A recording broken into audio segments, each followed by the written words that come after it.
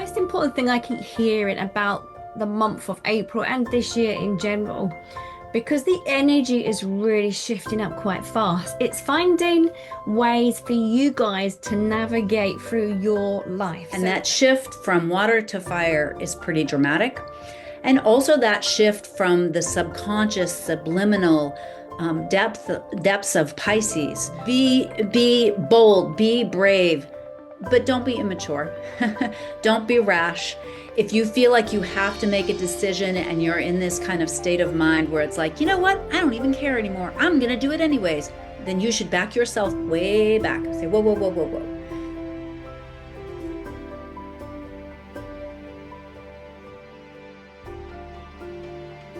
The astrology wise for April. So Jill, I shall hand it over to you. And once we have completed with Jill giving us this beautiful information, if there are any questions that do come up while Jill is giving us the information, write that down on a piece of paper or something, make a note so that you can ask Jill afterwards. She doesn't mind. So you will recall from the forecast for March that we were really monitoring the meeting of Mars and Uranus. And there's a couple of wonderful astrologers that I follow on the Astrology podcast, Chris Brennan and Austin Coppock. And they've kind of defined this thing of whether it's astrology interesting and astrology good or actually good.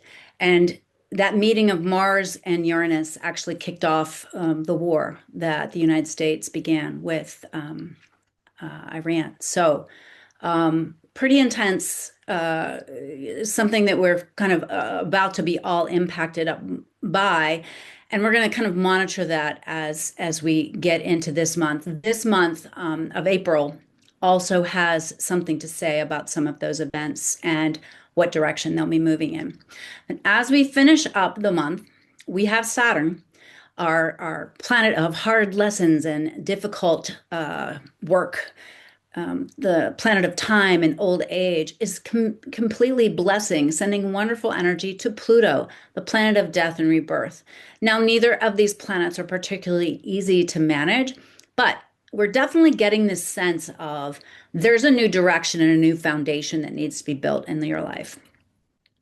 So there's also so much Aries energy this particular month. One by one, at one point, we will have, I think, 7 or 8 different planets in the sign of Aries. We've had a lot in water in Pisces, and that shift from water to fire is pretty dramatic. And also that shift from the subconscious, subliminal depths of Pisces to the potentially violent, the strong, the courageous, the brave, the creative, the youth of Aries is a pretty distinct difference. Another thing I think we'll feel this month is Saturn and Neptune have been walking together. So Saturn's been kind of shaking the life, saying, are things strong enough? Are things working for you? And if they aren't, we need to, fix them, correct them, build back better. But Neptune's been there, providing on the positive side can be very inspiring, but on the negative side, it's just confusing. We can feel a lot of uncertainty. And as I've mentioned before, I think that the purpose of this transit is so that we stop paying attention to only what we can see with our eyes and we start tuning in. This is why this type of work and working on your skills and things like that and really listening are so important at this time. But we'll feel a little bit of a separation there. And then I would say also this month, one of the things to look for is there are going to be a lot of new beginnings. Where is Aries in your chart? Be bold, be brave, but don't be immature. Don't be rash. If you feel like you have to make a decision and you're in this kind of state of mind where it's like, you know what, I don't even care anymore, I'm going to do it anyways, then you should back yourself way back. Say, whoa, whoa, whoa, whoa, whoa. We need to function with maturity and bravery. Okay. Now, also, we have to think about being ready for opportunity. Part of the reason for that is that Jupiter is moving forward again, our benefic blessing Jupiter, and is going to move through the last half of Cancer, so 15 to 30, and in the summer, move into Leo. and go all the way to 25 degrees Leo. So wherever those two sectors of our life is, we're going to get some blessings, some opportunities, some abundance, some positivity. But we can be sometimes with Jupiter think, oh, wow, isn't that amazing? Well, but I'm so busy. I have other things going on. Maybe I'm not going to spend that time on that. No, you need to look for the synchronicities, the magical things that are happening and say yes and lean into them. Okay.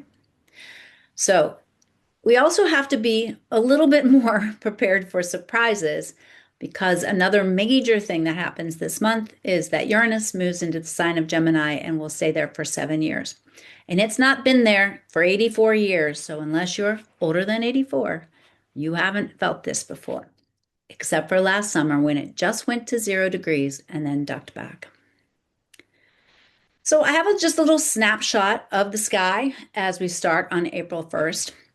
And I've been kind of joking. April 1st in the United States, I don't know if they do this in other places, it's considered to be April Fool's Day, um, and where you play tricks on each other. But it's actually a very potent full moon in Libra on that day. So we hard launch the month. It's going to feel distinctly different. Because Libra stands across the sky from Aries, this is really going to illuminate that idea of like, well, do I go it alone? Or who comes along with me? Can I share the load? Who do I trust? Who do I partner with? Who do I collaborate with? Can you explain how that's a shot of the sky? Absolutely. So on April 1st at 9:35 a.m. Eastern, in Roanoke, Virginia. If you laid down on a blanket and looked up at the sky, you would think of the sky as a giant circle, right? This is all based on the Earth being the center of the universe. That's the perspective that we use. And if you divided the sky into 12 quadrants, then you would say, oh, these planets are moving through this area. These planets are moving through that area. And that's how they're moving through the different signs of the zodiac. And that's how we understand where in our lives certain events are happening. So, for example, if we look at this and we think of this as a pie and we cut it into 4 big hearty pieces just across the middle and down the center, look at this. This piece of pie is the very busy piece of pie. This quadrant of the life, wherever that is for you, is experiencing a lot of energy. So I hope that kind of explains your question. So some of the things that we really want to look at for the month is this full moon in Libra, because there will be more of a focus on the individual with all this energy in Aries. You can already see it over this last year or so. There's been much more talk of like, going it alone. The guy who climbed the building by himself with no, ropes and things like that. There's a lot more focus on that versus so much of the collaboration. But the reality is we live in a realm of duality and we do need others. Okay. We can never really truly go it alone. We are always more successful when we can collaborate with wisdom. But here's the thing, when you're a child, for example, you want to boldly go do things, you don't really want to wait for your friends to catch up, right? So we have to kind of think about that as we move through the month. Venus, for those of you who are ruled by Venus, which is anyone with Taurus and Libra placements, Venus is very active this month. And in fact, she kind of has, I call it, you've heard me say this before, the birth canal transits. Oh, what a lovely transit. Ow, that was really rough. Oh, that was great. So it's kind of a squeeze release kind of situation through Taurus and Gemini. She's very empowered in Taurus. And so there'll be a lot of kind of wrapping up some lessons there, because she's going to eventually walk with Uranus and they're going to kind of go into Gemini together. You'll see a lot in the astrology of this month around money, finances, banks, supply chains, and food. All right. So those are themes that we'll be seeing for quite a bit. Both Mercury and Mars moving into Aries brings an enormous amount of fire.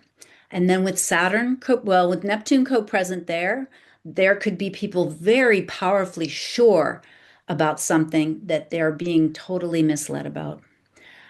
We really have to watch going down rabbit holes. We have to really watch where you're getting your information from. And I'm afraid that some of the ways that this could develop is by people kind of choosing scapegoats, whether those are individuals or groups. You can already see some of that, but I would imagine there'll be more of that. And then there's dire consequences for those things because Saturn is there. Um, but what you have to really watch is watch the mind and the mouth, which there's a great yogi who says if you figure out the mouth, what you put in it and what comes out of it, you pretty much have life figured out. And this is a month to really consider that. All right. Um, Anything that you might have in early Aries or in early Cancer or in early Libra or in early Capricorn, watch being confused or uncertain. And if you feel that you're confused or uncertain, turn to, talk it out with somebody, meditate, pray, really reach out and hone your skills to try to get the information that you want. Start picking up tarot cards or angel cards or, get readings or talk to a therapist even. It's just a lot going on. It could really um, bring up some questions for you and some uncertainties. We have a new moon in Aries this month too. So that is also very powerful. And it is around the middle of the month. It also is co-present with Chiron, who is the wounded healer, but also very close to Eris, the goddess of discord. So I find this to be very much, I think of this as a new moon to kind of set your intentions for the next, to about 2 years that we have of Saturn in Aries and this chironic energy being there and like finishing up this, like, all right, I got myself into this mess and I can get myself out of it. I'm responsible for how I react to the things that have hurt me.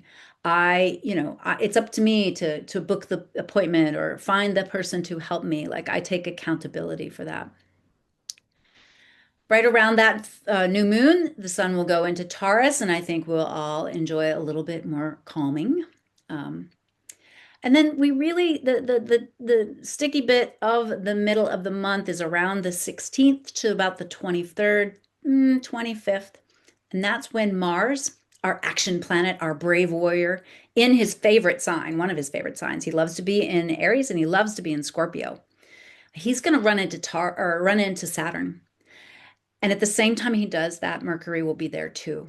And so there will be, I think it, I speak it, I do it, and instantly there's a repercussion or potentially an obstacle or a serious problem with an authority figure or someone in charge. This is a very volatile time. So we'll give you the specific dates to keep an eye on that. Then Venus will be meeting Uranus, and that's when it kind of things get a little uncertain financially. And then Uranus moves into Gemini and commits to that sign for the next 7 years, which will augment technology, which will transform the way we communicate. Um, I was mentioning to the membership, we had a meeting the other day.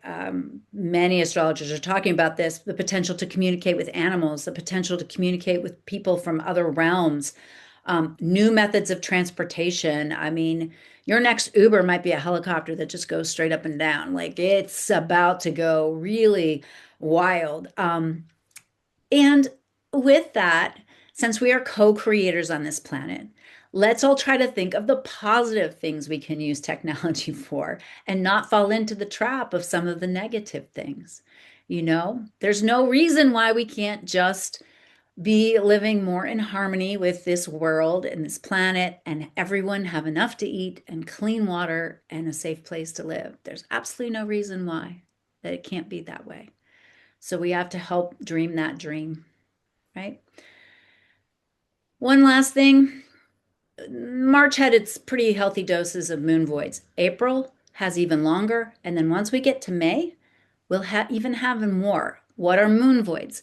It's when the moon is having conversation, interacting with different planets. Hey, how are you? Oh, arguing with this, kind of feeling important. And then all of a sudden doesn't touch or interact with another planet before it moves into the next sign. it weakens the energy of the moon and it makes it so it's kind of a liminal, dreamy, meditative, spiritual time. But the things that you do at that time tend not to stick. So, noting those in your calendars, of course, I don't have them all listed here, but on my website, I have, I think, 6 different time zones. I have the moon voids for every month. You can always check that if you're, I mean, I always check it when we're booking flights, making a big decision, if you're signing a contract.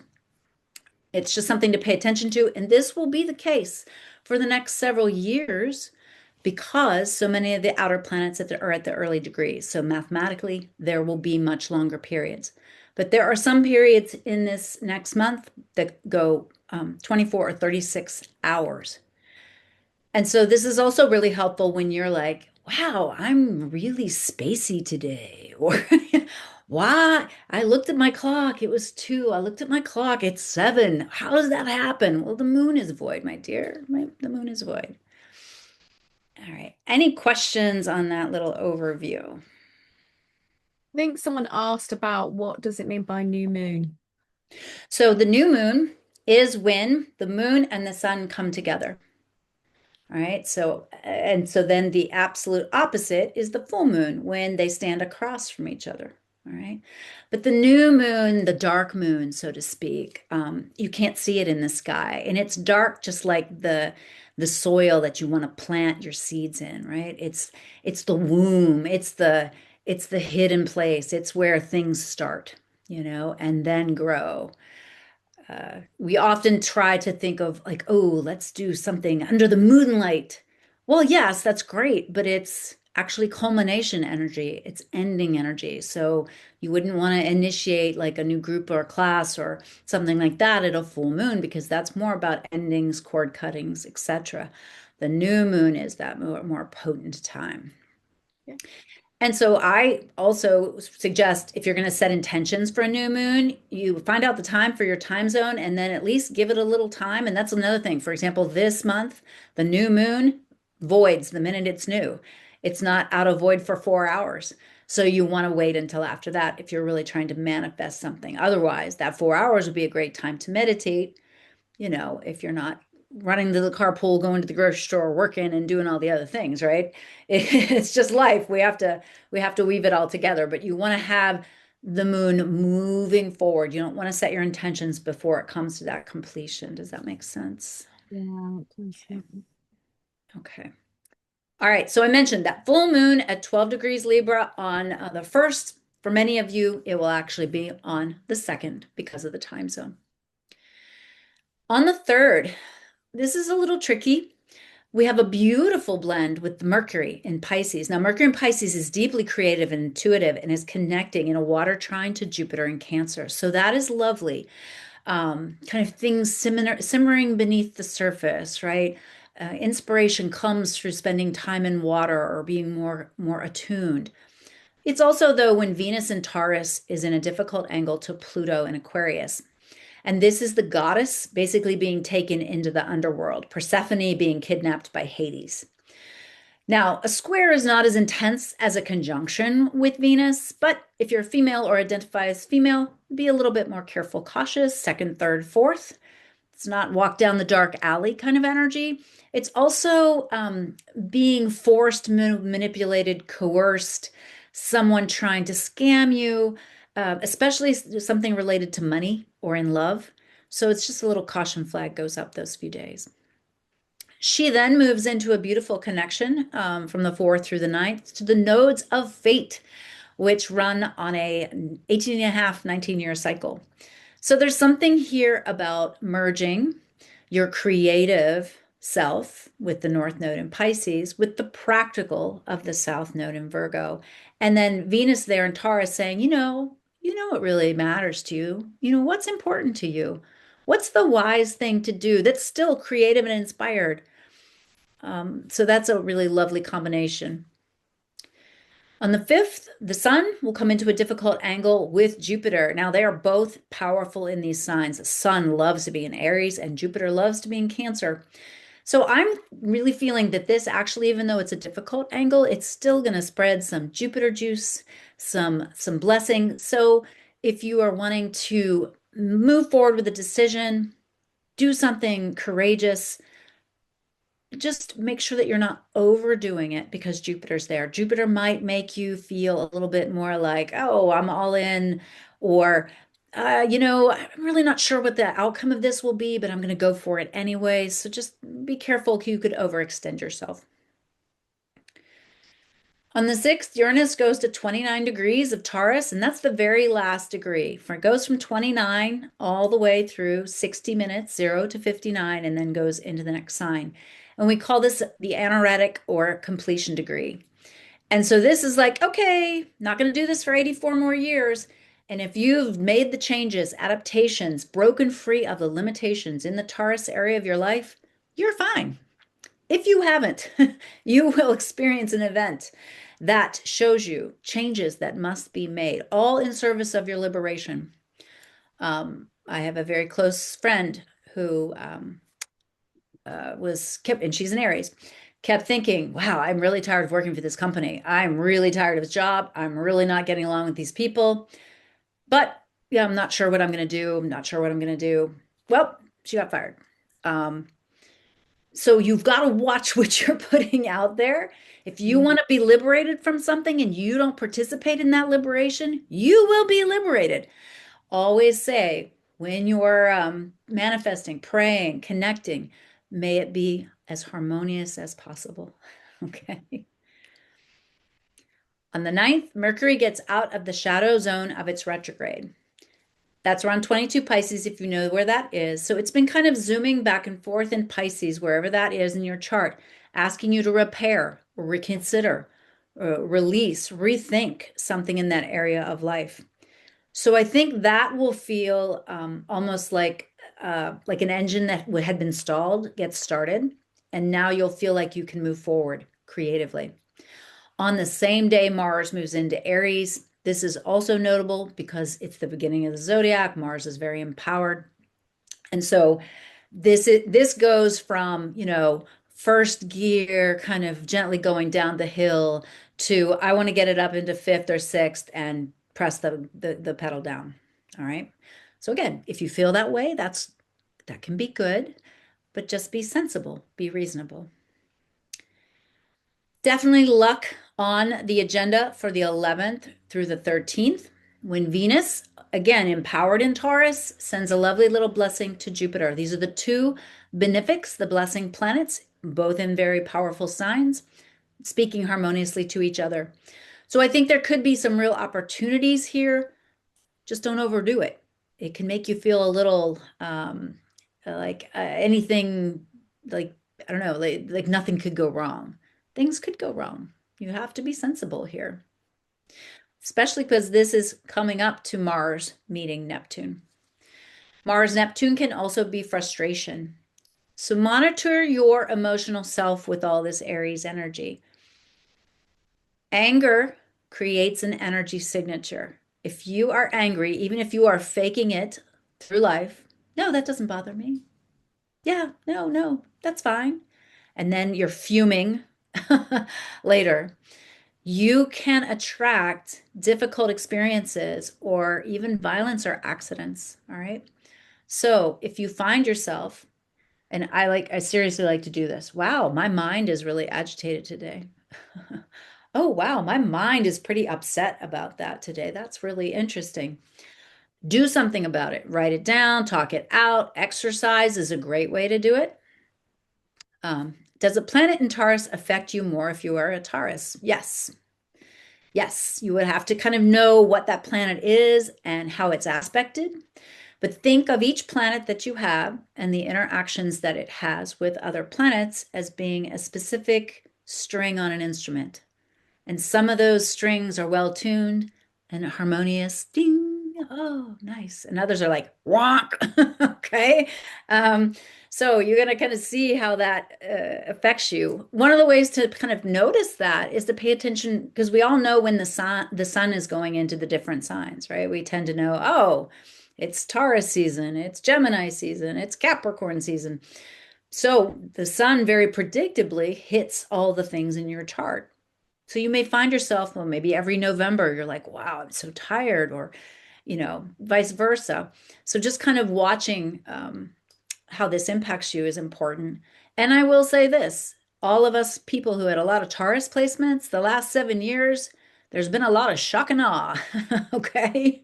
Um, so I think we will all stand on the precipice and say good luck to our Gemini friends as it moves out for those Taurus placements for sure.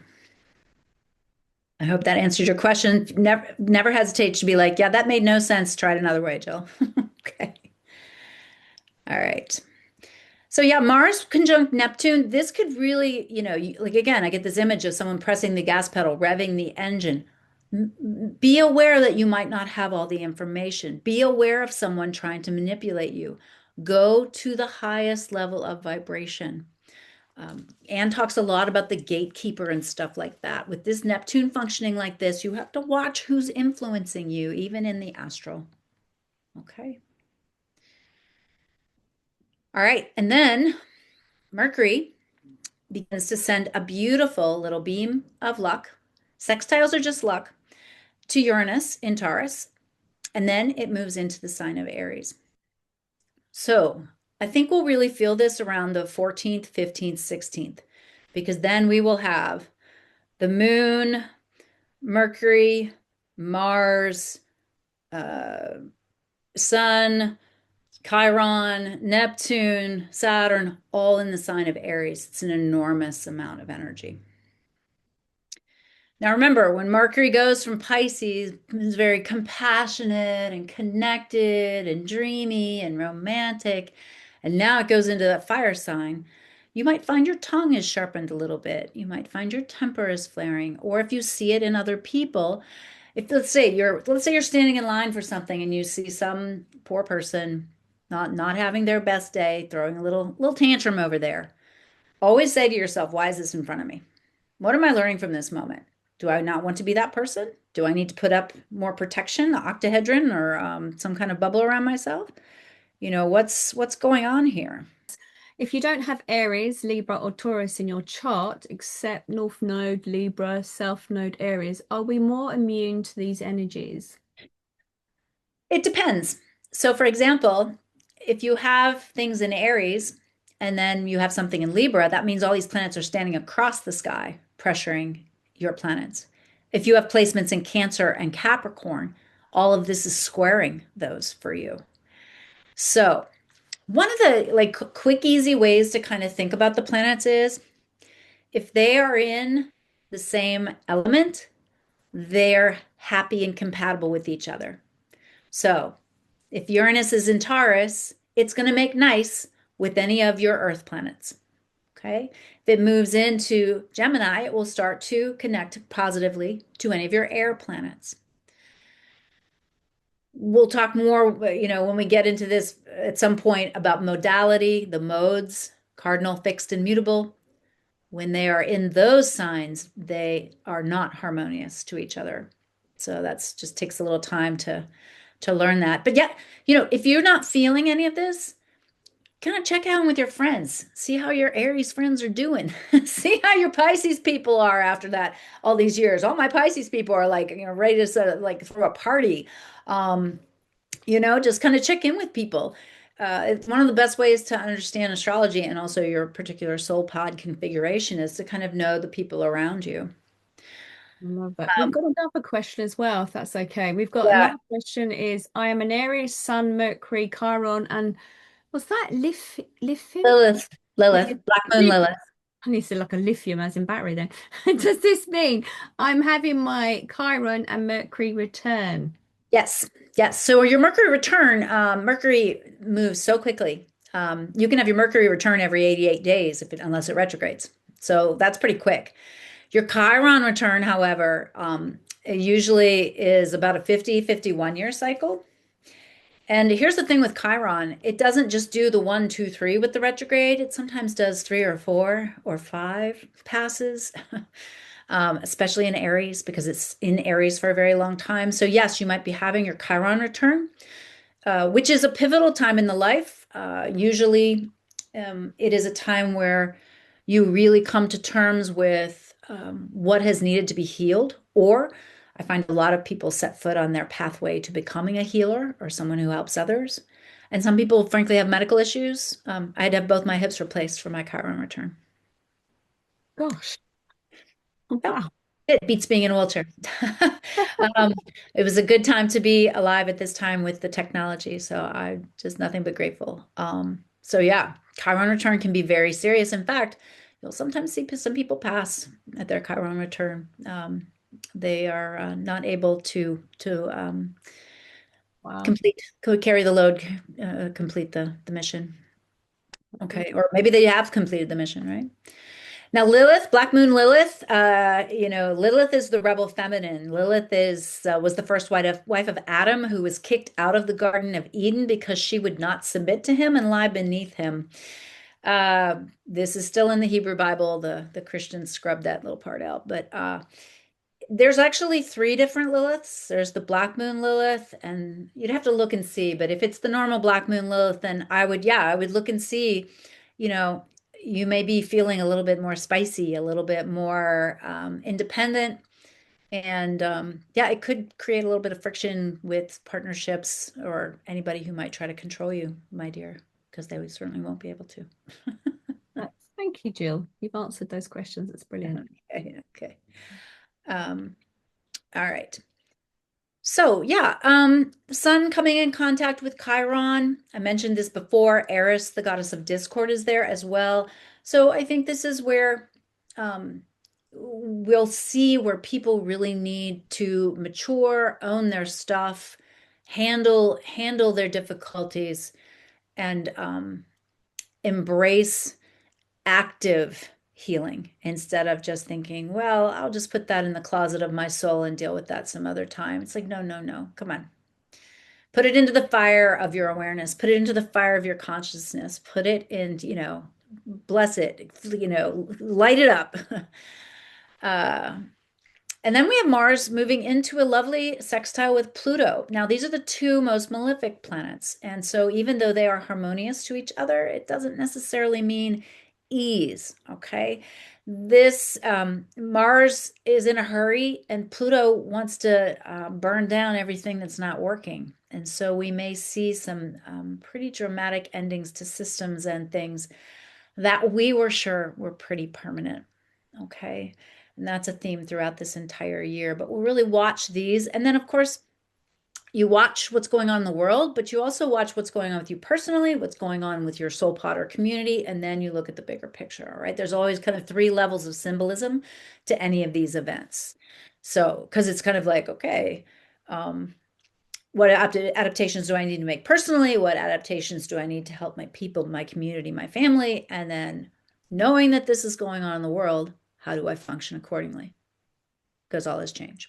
Mm. And as I mentioned, that is when we put the astrological, I call it putting the astrological caution flag up on the 16th because Mercury conjuncts Neptune, which I think could inspire a lot of very angry rhetoric. And of course, people trying to manipulate disinformation. It could cause problems with websites going down and things like that. I mean, it could cause a lot of things like that. And that's also when Mars gets within the 3 degrees of Saturn. And 3 degrees is in the engagement range where we basically say, you're here. It's like you're not knocking at the front door, you're sitting at the kitchen table. So that's when we're going to pay attention to that with being more patient, more calm, more loving, more wise, slowing down. Um, and what does Maya Angelou know the rules so that you can break them properly?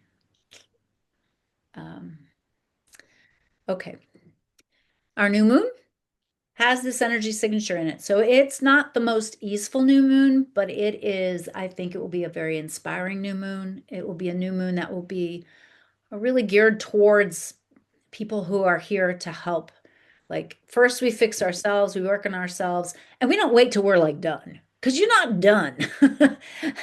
Done is not a thing that happens, okay? You are a constant, beautiful work in progress.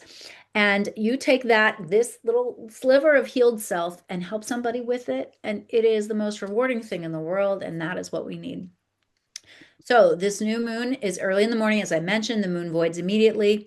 So again, adjust this for your time zone. It's about 4 hours later that you would want to ritualize this new moon. But this is a wonderful new moon to set audacious intentions for this time period of the next 2.5 years, to set intentions around if you want to do healing work on yourself or with others, to help you individuate and feel empowered, and also to feel brave enough to bring your true, authentic self out into the world. Um, think of the giddiness of a child when they're just about to start something new, right? Try to find that enthusiasm for life. That's the proper way to use the fire of Aries instead of using it to argue with people or to control or anything negative. All right, the sun goes into Taurus on the 19th. So we get a beautiful blessing from Aries to Pluto, or Mercury to Pluto. So Mars does it and then Mercury does it. So change, transformation, not necessarily easeful, but we get the writing on the wall. We stop thinking to ourselves, well, things will go back to the way they were. We're not going backwards. You're not going backwards. The rest of us aren't going backwards either, right?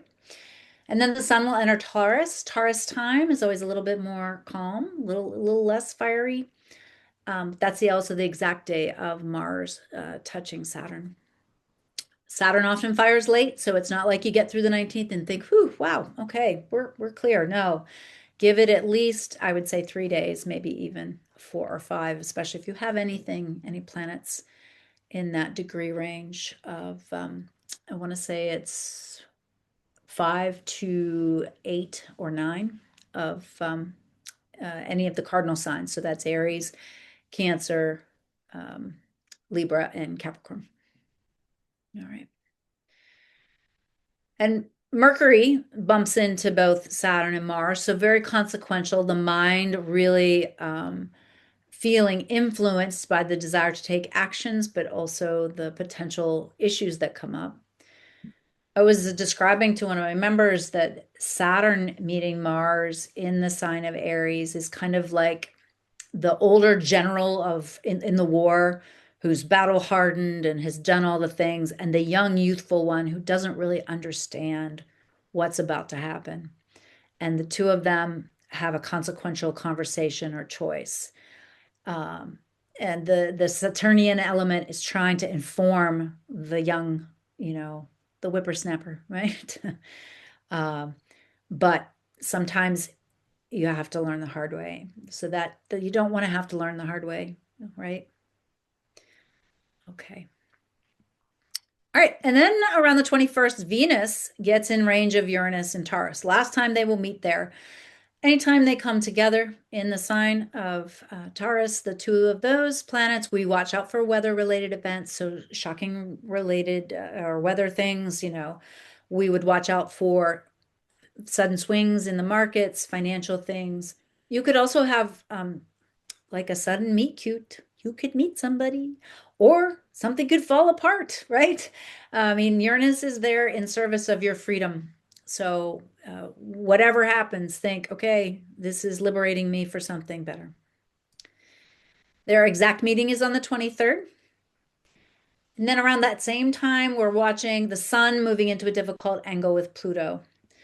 I see this as potential of an individual going up against a group. So I would think there would be some outbreaks of people rising up against a leader, the potential of something happening to a leader, head of a company, head of a country, something major could go down at that time, which could be very destabilizing. Feels like a shock, Jill. That's how it felt. I was tuning into the energy of that. It feels like a big shock and sort of us going, oh, a sharp intake of breath. Yeah. Yeah. I mean, there's a couple different ways that could manifest, especially with some of the other consequential things that are happening. But yeah, it could also relate to groups, right? Pluto is in Aquarius, which has to do with groups of people, the masses being impacted by destruction. So it could be a leader makes a decision that causes a big problem for a group of people as well. So it's just a time to be a little bit more aware. On the 24th, Venus slips into Gemini. She gets a little bit more jingly and flirty and doesn't really want to talk about serious things. She lightens up quite a bit, so that will help. Remember, she's still pretty close to Uranus, though. She's kind of paving the way. Like, here, come, let's go this way. The exact Sun square Pluto is on the 25th, so we'll watch that. It's an interesting day, the 25th, because the moon is void all day long, like more than 24 hours. And that's the exact day the sun squares Pluto. So if there is something that occurs on that day, if it happens during the moon void, it might not be as consequential as it first appears. It is also the day that Uranus goes into Gemini. So again, adjust it for your time zone. It's at 8:50 p.m. Eastern. It'll be for some of you on the 26th. So we'll watch after that time period. I want to say that the moon void, it comes out of void. I want to say 2 hours after Uranus goes into Gemini. So we'll pay a little bit more attention to the following day about what some of the symbols are. Venus sends a beautiful little connection to Neptune on the 26th, at the same time that the mind is arguing with Jupiter. But I think this is still a very positive day for creative solutions. I find that in the astrology, quite often, if we have something really difficult, the universe tries to throw us a little like, hey, there's the pathway out of this. Here's some solutions. Here's some creative ideas. So kind of like that. And it should say Venus in Gemini. And then from the 27th to the 29th, Venus will connect beautifully with Pluto. So she starts the month having an argument with him and ends the month connecting beautifully with him. So there's something about the change that is trying to be made in the Aquarius area of your life. She shows you the problem at the beginning and then the solution towards the end. Same thing with the nodes. She vibed beautifully with them at the beginning of the month. She's going to argue with them down here. Just watch. When Venus is in Gemini, she can kind of get a little overthinky. Okay. Oh, I don't know. Do I really want that? Do I really want to spend money on that? Do I really want that job? I don't know. I can't decide. Try to ground down. Try to ground down.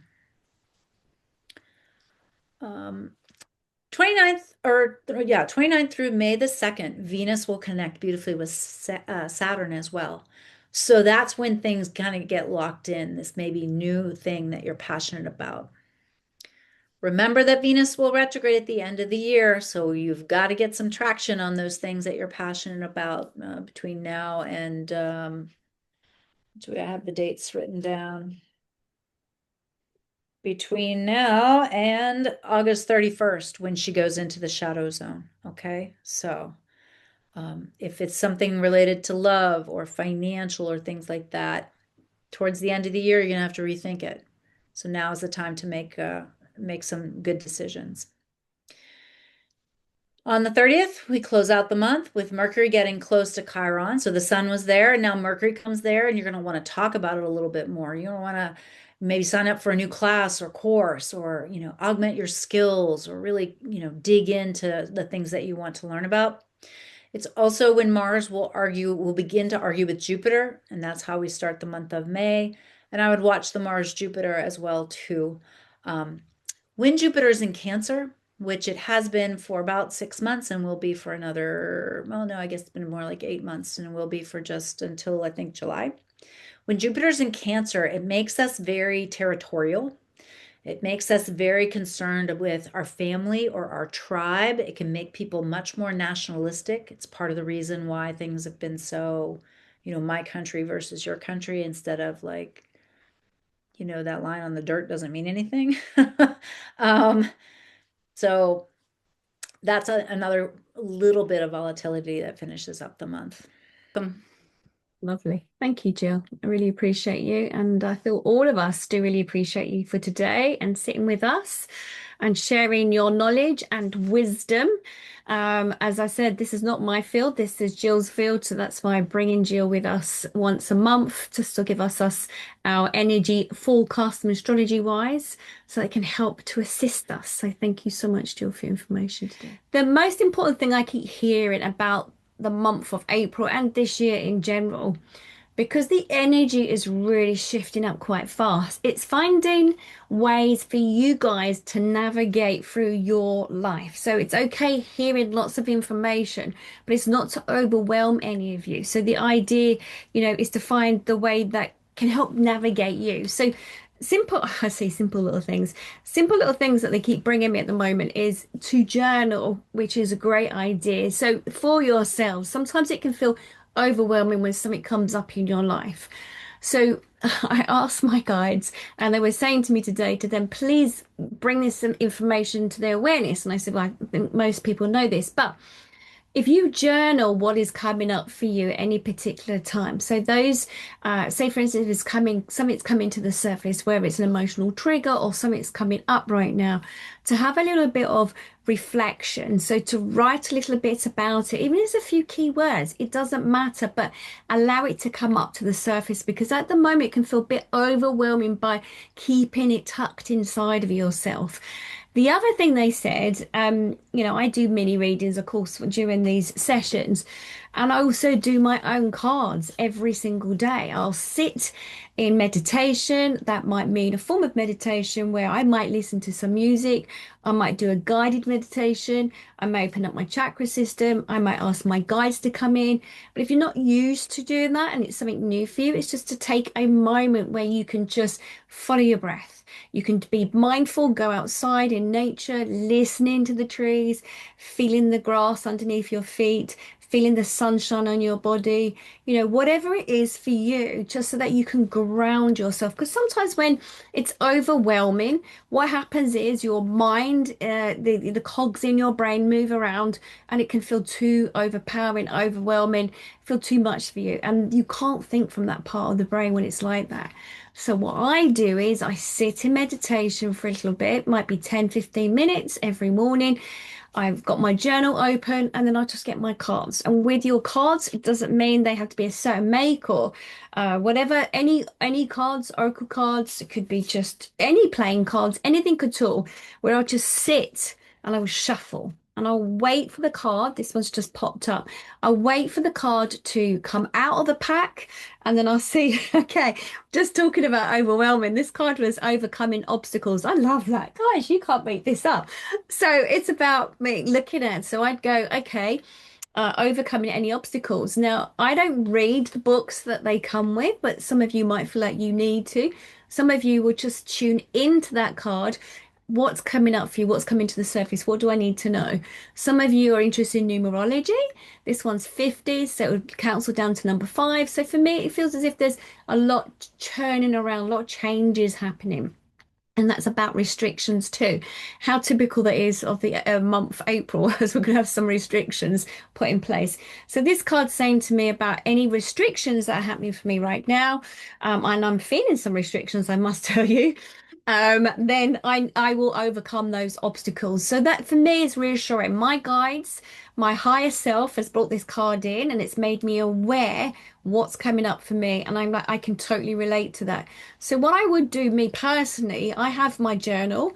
I write down in my journal what my card was, what it said to me, because that's a little bit of advice that my card is giving to me. And so that I can go, right, okay, the universe is really connecting with me. I'm really feeling my guides. I'm really feeling my higher self is connected right now. And it's answering this question for me that's been going on for me right now. And normally what happens is our human mind gets so bogged down with all the information that's going around us, all those everyday things that's happening. And it may be something, I have a restriction right now and I'm like, and it's pestering in the back of my head. And I go, no, I'll put it to one side. Just keep putting it to one side. But it still keeps coming to the surface. So by me receiving that card is another way of me going, the universe is aware of my energy. And remember, your energy of who you are and what's happening for you right now, you're projecting that out more and more like that ripple effect. So throwing a little pebble in the pond, you see that ripple effect. Well, this is a bit like us. We are the pebble in the ocean and the waves that we are creating right now. And in the ocean, that is the universal energy fields around us. So it's a bit like saying if we're in a bad mood, we're unlikely to smile at somebody. And so we are creating more of that energy around us. And it's going to affect those people around us. And of course, we are going to be affected by others. So if we think globally around the world, some of the restrictions happening right now, we are caught up in that ripple effect. Now, I am going to be a bit overindulgent here, and I'm just going to pull another card for myself because I will be doing the mini readings shortly, and I'm going to see what else it says to me. So this is another pack. That's interesting. Another can't make this up. Another pack of cards. And I totally understand this one. It says choices for me. I've really been overindulgent.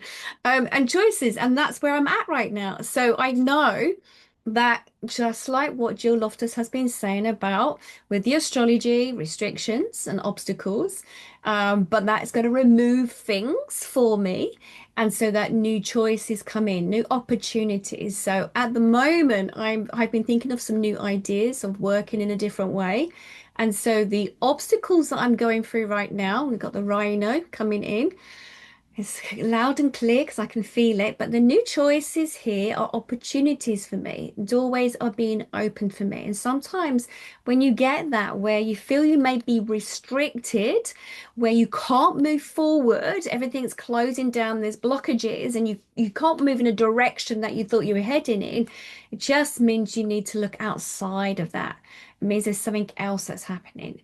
But if you're so firmly fixed on a direction you want to go in, and there's some blockages, you can feel yourself really getting like, oh no, I'm not interested, or you feel overwhelmed. So the idea with April, especially what's going on with all the planets and the moon and everything else that's happening, and with governments and larger bodies around us, that if there are any restrictions, knowing that it's blocking some avenues, we have to see it as in they will be cleared and there will be other opportunities arising.